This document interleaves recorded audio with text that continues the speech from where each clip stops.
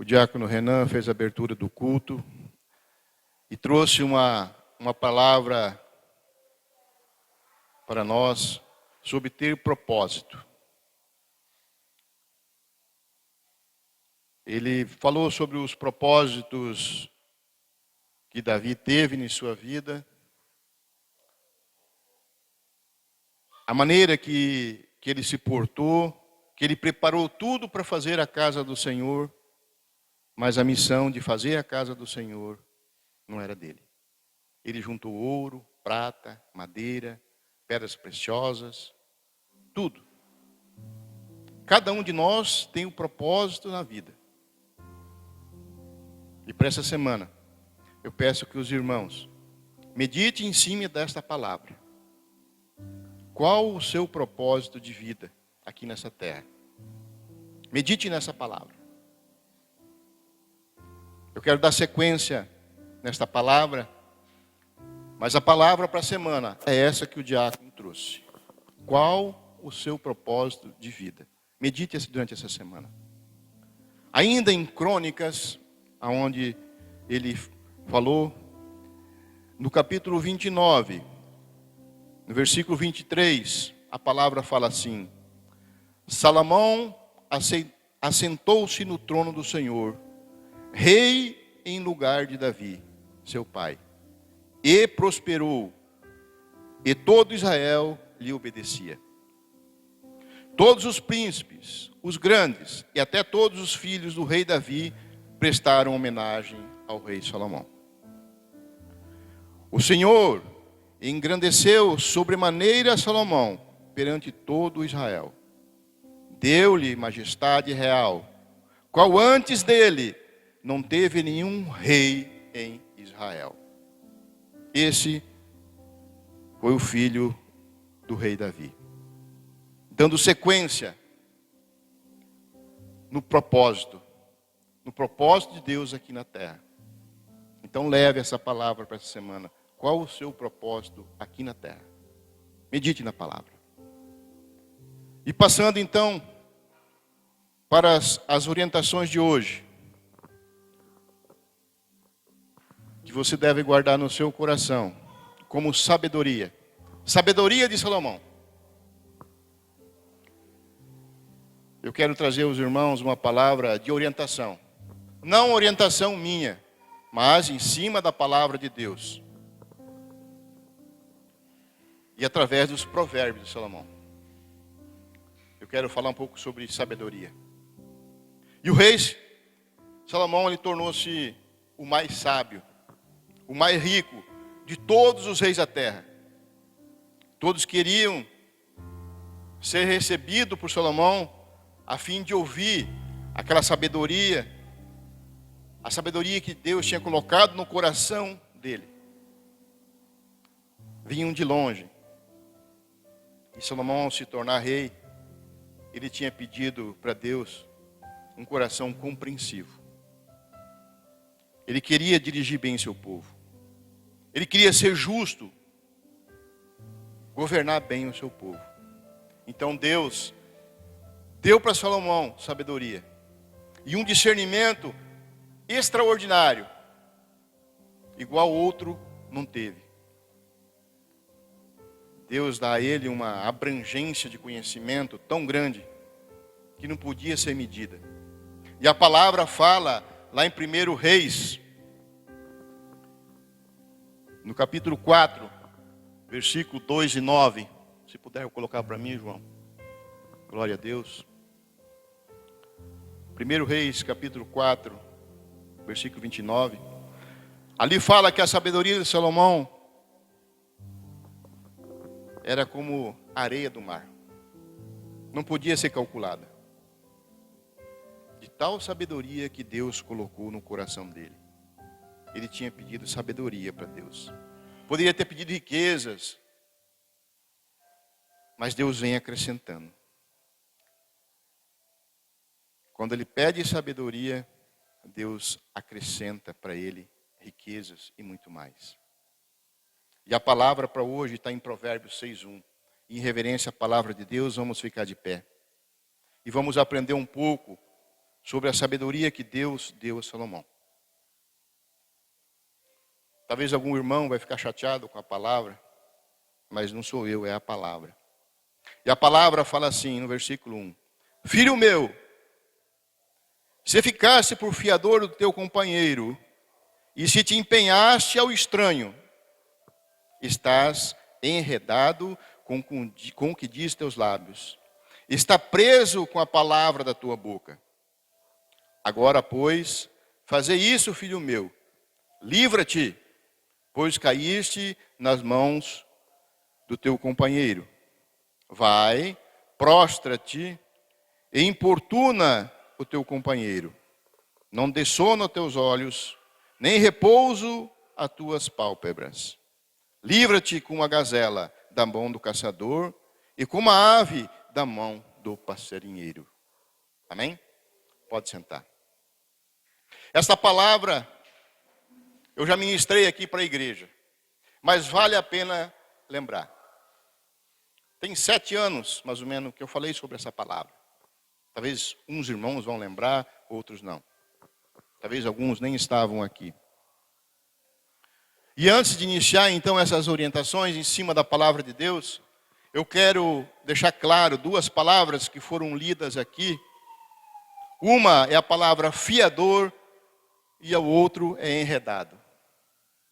O que é ser fiador? É ser avalista. É ser responsável pela dívida de alguém. É ser responsável pelos compromissos dos outros. E a palavra enredado é ser pego em uma rede. E ele está orientando: filho meu, se ficasse por fiador do teu companheiro e te empenhasse ao estranho, estás enredado com o que diz teus lábios, está preso com as palavras da sua boca. Salomão, ele tinha um elevado senso de prioridades. E uma delas, a primeira, era governar bem o seu povo. Foi isso que ele pediu, sabedoria para governar o seu povo. Ele queria governar bem a sua família. E para darmos o melhor para a nossa família, nós não podemos estar enredados, enrolados com as dívidas dos outros, com os compromissos dos outros. Você já tem os seus compromissos. E lá em Provérbios 22, 26, Deus orienta através de Salomão: não estejas entre os que se comprometem e entre os que ficam por fiadores de dívidas. A Bíblia, ela não proíbe de sermos fiadores. Não diz que é pecado ser um fiador. Mas também, a Bíblia não vê com bons olhos a prática de ser fiador. No final das contas, quem resolve é você.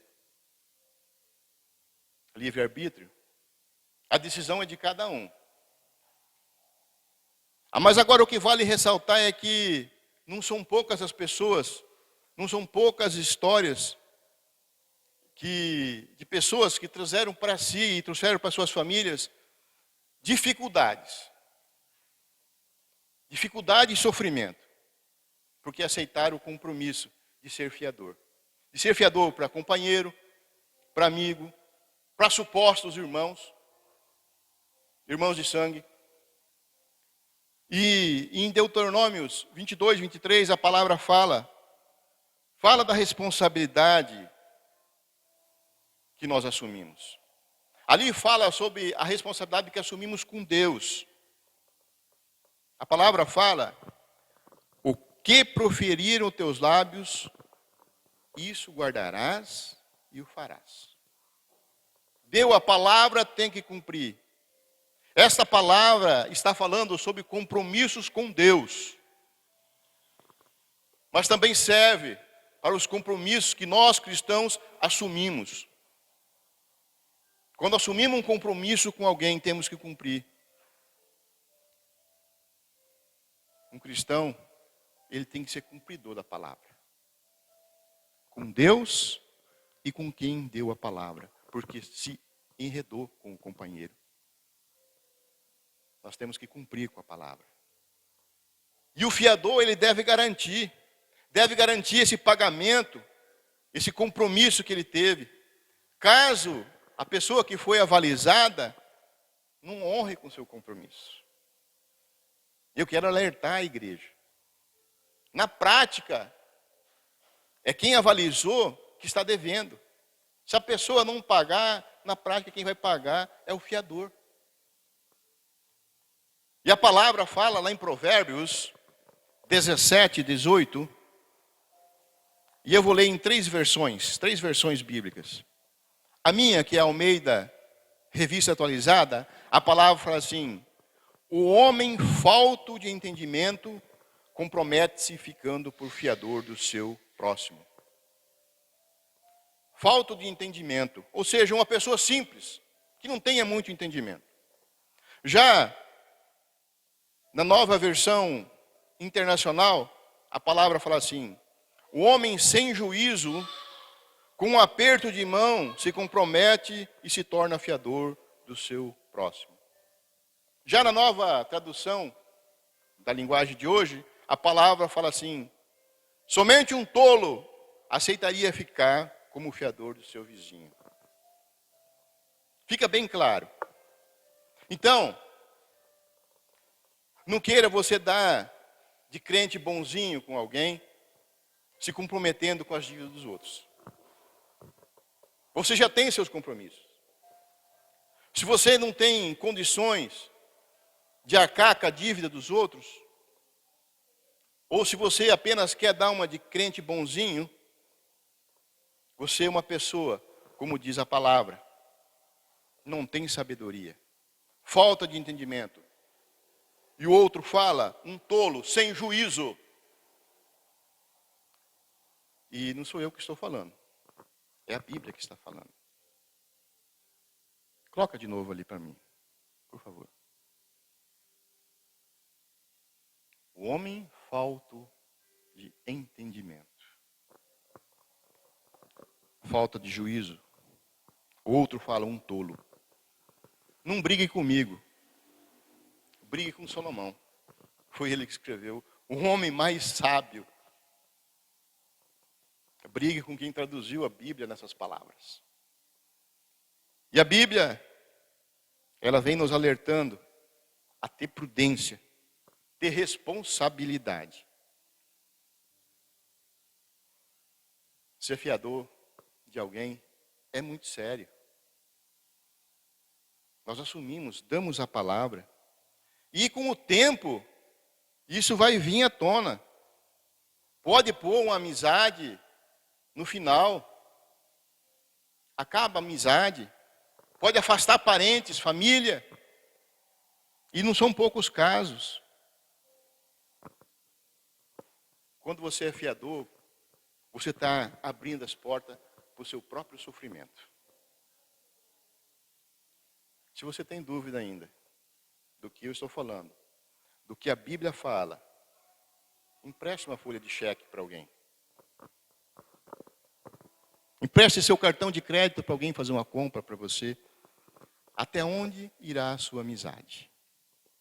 E o Provérbios 11, 15, fala assim: de certo sofrerá severamente aquele que ficar por fiador do estranho, mas o que evita a fiança estará seguro.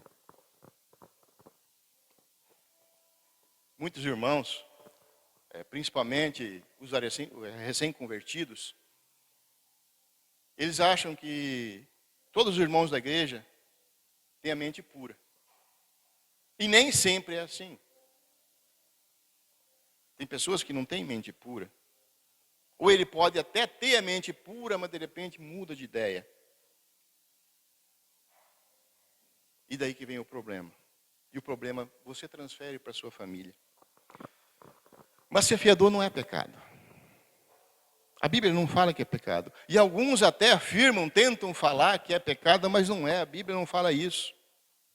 Jesus foi fiador. Jesus é nosso fiador. Em Hebreus 7:22 fala que Jesus é a nossa garantia, que Ele se tornou o nosso fiador, numa superior aliança. Jesus é nosso fiador. Tudo que você fez, Ele garante. Ele perdoa seus pecados através do seu sangue. Ele foi fiador e continua sendo nosso fiador no plano espiritual. Mas, falando do plano material, qualquer pessoa que tem condições, ele pode ser um fiador, tranquilamente.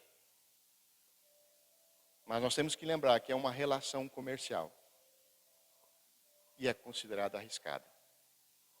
O problema não está em ser fiador. O problema está na maneira irresponsável que nós assumimos esse compromisso. Assumimos esse negócio. Nós temos que ter em mente, quando nós assumimos ser fiador, que a responsabilidade é nossa. Nós assumimos, assinamos, damos a palavra, é negócio. Se você não cumpre, você passa a ser o devedor. A dívida passa a você. E se você não se comprometer em pagar essa dívida, você passa a ser o pecador. Agora, o que não pode acontecer é você negar. Você pode ser, mas você não pode negar. Ou brigar com aquela pessoa a qual você foi o fiador. E esse tipo, então, de atitude não vai ser correta no meio cristão. Você pode ser fiador, mas tem que assumir. E o ato de querer se esquivar dessa dívida depois, ali se torna o pecado. Você deu sua palavra. Você aceitou a participar dessa relação. Você assumiu os riscos. Você assumiu as consequências. E é por isso que a Bíblia, ela vem nos orientando. E ela nos convida a ter prudência. Prudência. Tomar a decisão correta. Cuidar. Observar a palavra. Manter a sua palavra. A palavra que você deu perante o papel assinado ou perante a sua palavra. Arcar com as consequências. Naquilo que nós decidimos. Ou naquilo que nós falamos. Isso é um papel verdadeiro de um cristão. O crente tem que ter ética, tem que ter responsabilidade. O crente tem que ter maturidade. Tem que viver conforme a palavra de Deus. Então, por isso, quando você for convidado para ser um fiador, pense um pouquinho mais. Afinal, é você que vai assinar. Você pode refletir o quanto você quiser. Converse primeiro com a família. Vê se aquilo realmente é necessário. Muitas vezes é melhor você perder um suposto amigo do que a sua palavra, de sua dignidade. Não perca a sua dignidade, negando aquela dívida depois. Porque se você não cumprir com a palavra, torna-se um devedor. E perante Deus, torna-se um pecador. Mas você pode estar se questionando aí. Eu fui chamado para ser um fiador. O que devo fazer? O irmão está precisando. Eu sou crente, eu tenho que ajudar. Primeiro de tudo, não invente desculpas. Não invente mentiras. Não tenta cair fora mentindo. Não arrume pecado para você. Apenas esclareça as suas convicções, as suas condições que você tem, o que você pensa, o que a Bíblia fala. Não precisa esfregar a Bíblia na cara de ninguém. Afinal, ele é seu amigo. Ele teve essa confiança de chegar e pedir para você ser seu fiador. Ele vai te entender, ele é seu amigo. Em segundo, avalie a situação. Qual que é o motivo que esse companheiro precisa de um fiador? Foi uma necessidade? Ou apenas um capricho? Talvez apenas um investimento além das posses. E nós temos que então ter essa prudência. Muitos se aproveitam da sua bondade para transferir a dívida para você. Tome cuidado. Como cristão, nós temos que saber administrar o que nós ganhamos. Se é pouco ou é muito, administre bem. Deus já te deu várias responsabilidades. Te deu a família, te deu a escola, a água, a luz, o telefone. Tudo tem que pagar. E tudo tem que ser analisado. Quando nós temos fé em Deus, nós passamos a obedecer a palavra de Deus, a cumprir a palavra de Deus. Quando nós somos verdadeiros cristãos, nós entendemos que tudo é de Deus, que nós somos apenas mordomos de Deus, mordomos para administrar as bênçãos que Ele nos dá, e com responsabilidade. Mas o irmão pode estar passando necessidade. Lá em 1 João 3,17, João diz: se alguém tiver recursos materiais e vende seu irmão em necessidade, não se compadecer dele, como pode permanecer dele o amor de Deus? Então, seria amoroso da minha parte ver um irmão passando necessidade e eu podendo ajudar, assim mesmo eu negar? Se eu fizer assim, eu não estarei pecando? O que diz o texto? 1 João 3,17. Irmão em necessidade. E irmão em necessidade, você não vai de avalista, você ajuda, você dá. Você reparte o que você tem com ele. E já finalizando essa ministração, essas orientações da palavra de Deus, através de Salomão, eu quero deixar um pequeno exemplo. Se você tem condições de você ser avalista de uma cesta básica, de emprestar o seu cartão, o seu talão de cheque para alguém fazer uma compra de uma cesta básica, você pode. Se isso não vai faltar na mesa da sua família, se você não terá que tirar o pão da sua mesa para cobrir aquele cheque, aquele cartão de crédito, então você pode ser um avalista. Se você pode dar uma casa, se você pode dar um carro, quer dizer que você pode ser avalista de uma casa, pode ser avalista de um carro. Afinal, não vai te faltar. Se der um imprevisto com o irmão, com um amigo,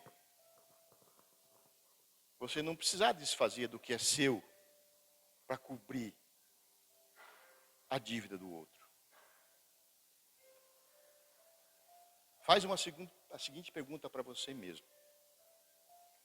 Se eu for seu fiador, quem será o meu fiador? Será que o meu fiador será a minha poupança? O que eu economizei? Ou será que eu terei que tirar da minha mesa? Se for a sua poupança, você pode arriscar tranquilo. Agora, se for deixar a sua família passar necessidade, não faça isso. A palavra fala em Provérbios 22, 26 ao 27. Não esteja entre os que se comprometem e ficam por fiadores de dívidas. Pois, se não tem com que pagar, por que arriscas perder a cama de debaixo de ti? Então, amado irmão, não arrisque. Não arrisque a sua própria cama que está debaixo de ti. Você não vai poder nem reclamar que será pecado. Nesta noite, você foi orientado através da palavra de Deus, através da sabedoria. Amém? Glória a Deus. Amém? Vamos ficar de pé.